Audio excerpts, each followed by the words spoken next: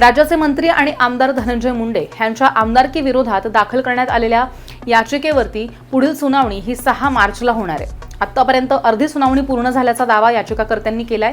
याचिकाकर्त्या करुणा शर्मा यांनी प्रतिक्रिया देताना सांगितलंय की या तारखेपासून पुराव्यांसह मुख्य सुनावणी सुरू होणार आहे। निवडणूक प्रक्रियेमध्ये गैरप्रकार झाल्याचा आरोप सुद्धा त्यांनी केलाय आणि कायदेशीर लढा सुरूच राहील आणि आमदारकी रद्द होईल असा विश्वासही व्यक्त केलाय। धनंजय मुंडे मंत्री होण्याचे स्वप्न पाहतायत, पण त्यांची आमदारकी जाणार आहे असा दावा सुद्धा करुणा शर्मा यांनी केलाय। की धनंजय मुंडे यांनी जे आपल्या उमेदवारी अर्जाच्या सोबत जो अफिडेविट होता त्यामध्ये पूर्ण प्रॉपर्टीचा उल्लेख केलेला नाही। तसेच आपले पहिली पत्नी म्हणजे करुणा मुंडे यांचा कुठे उल्लेख केला नाही आणि काही ज्यांच्या नावाची जी प्रॉपर्टी एकच कुटुंब व्याख्यामध्ये जे येतात की यांच्या नावाची प्रॉपर्टीचा उल्लेख करायला पाहिजे होता, हा उल्लेख केलेला नाही। आणखी दुसरा मुद्दा असा आहे की त्यांनी आपल्या शपथपत्रावर काही जर मुद्द्याचा उल्लेख केला नाही तर निवडणूक याचिका मंजूर होऊ शकते का असे आम्ही, आणि मतदान केंद्रावर जे बूथ कॅप्चरिंग झाली आहे, काही लोकांना वकील लोकांना मारहाण केली, मतदान केंद्रावर जाऊ दिले नाही आणि असे आणखी पुरावे दाखल केले की लोकांचे पण मतदान की काही रिटर्निंग ऑफ जे बूथवर जे एजंट होते त्यांनी सरकारी अधिकारी होते ते स्वतः बटणं दाबत होते आणि बाहेर लोकांच्या रागा लागलेल्या होत्या, तिथं मारहाण।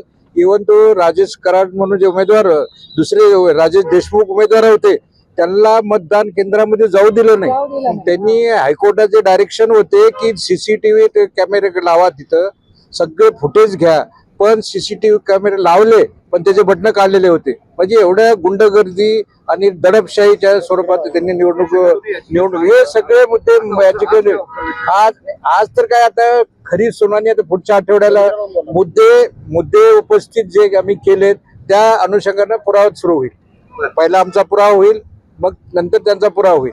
पण हे सगळे आम्ही याचिकेमध्ये मुद्दे आज नाही, याचिका मागच ऍडमिट झाली। आता प्रत्येक गव्हर्नमेंटचे सेंट्रल गव्हर्नमेंटचे निवडणूक अधिकाऱ्याचं हे होतं आणि यापूर्वी विशेष बाब म्हणजे सेंट्रल गव्हर्नमेंटचे जे निवडणूक आयोग आहेत त्या निवडणूक आयोगाचे वकील आहेत ना, त्यांनी अर्ज दिला होता की रिटर्निंग ऑफिसरला नाव डिलीट करा आणि तो आमच्या मॅटरमध्ये कारण चुकीच्या पद्धतीने returning officer nomination form reject केला। तो महत्वाची पार्टी होती, तो जो निकाल दिलाय त्या निकालाच्या विरोधात आम्ही सर्वोच्च न्यायालयात याचिका दाखल करणार आहेत, आवाहन करणार आहेत आणि आमच्या मॅटर मध्ये निवडणूक अधिकारी महत्वाचा प्रतिवादी। कोर्टाने परत 6 तारीख दिलेली आहे। आज आता आमच्या जे 1 आठवड्याची तारीख दिलेली आहे 6 मार्च आणि आता आमचा अर्ध केस पूर्ण झालेला आहे।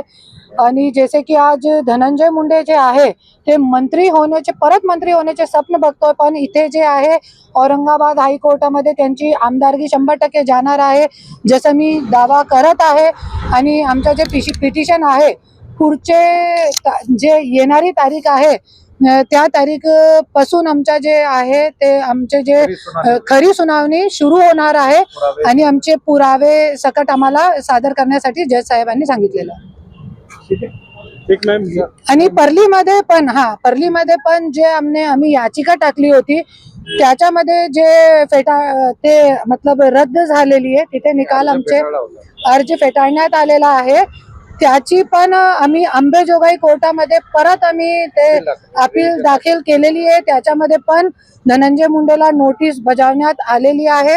तसंच आम्ही दोघी ठिकाणी जे कानूनमध्ये बसतोय पूर्ण आमचा प्रयत्न जे सुरू आहे आमदारकी रद्द करण्याचा आणि 100% आम्हाला यश भेटणार आहे याच्यामध्ये। मला सांगा, आतापर्यंत आपण जर इतिहास पाहिला तर तरी अशी काही घटना घडलेली कुठे आपल्याला पाहायला मिळत नाही, परंतु तुम्हाला विश्वास आहे का नक्कीच त्यांची आमदारकी रद्द होईल म्हणून? असं 100% रद्द होणार आहे, क्योंकि आमचा फक्त एकच मुद्दा नाहीये। आता तुम्ही बघू शकता की परलीमध्ये ज्या तहसीलदारनी मुंडे ज्यांचं नाव होता 2 दिवस अगोदर त्यांना अटक झालेली आहे। त्यांनी 20,000 रुपये लाच घेताना रंगेहात पकडण्यात आलेला आहे।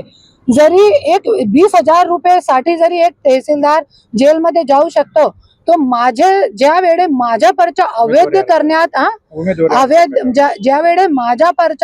करण्यात आला होता त्यावेळे धनंजय मुंडेंनी त्यांना किती पैसे दिले होते हे पण कोर्टामध्ये लोकांच्या समोर येईल. क्योंकि ज्या वेळे छाननीच्या दिवशी मी निवेदन दिला होता, तहसीलदार जे मुंडे तहसीलदार आहे त्यांना मी निवेदन दिला होता की धनंजय मुंडेचा पर्चा अवैध आहे आणि जे कोर्टामध्ये आम्ही पिटिशन टाकलेला, हे सगळी मागणी त्याच्यामध्ये आम्ही दिली होती.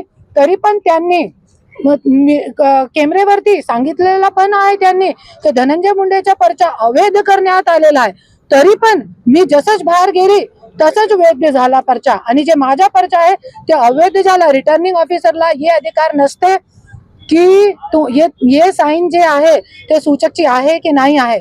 तरी पण माझा पर्चा फक्त या गोष्टीवरती की सूचकची साईन नाही आहे, ते अधिकार जे आहे साईन आहे की नाही आहे, खोटी आहे खरी आहे हे तपासण्याचा अधिकार आणि हे खरी खोटी करण्याचे अधिकार जे आहे ते रिटर्निंग ऑफिसरच्या नसते.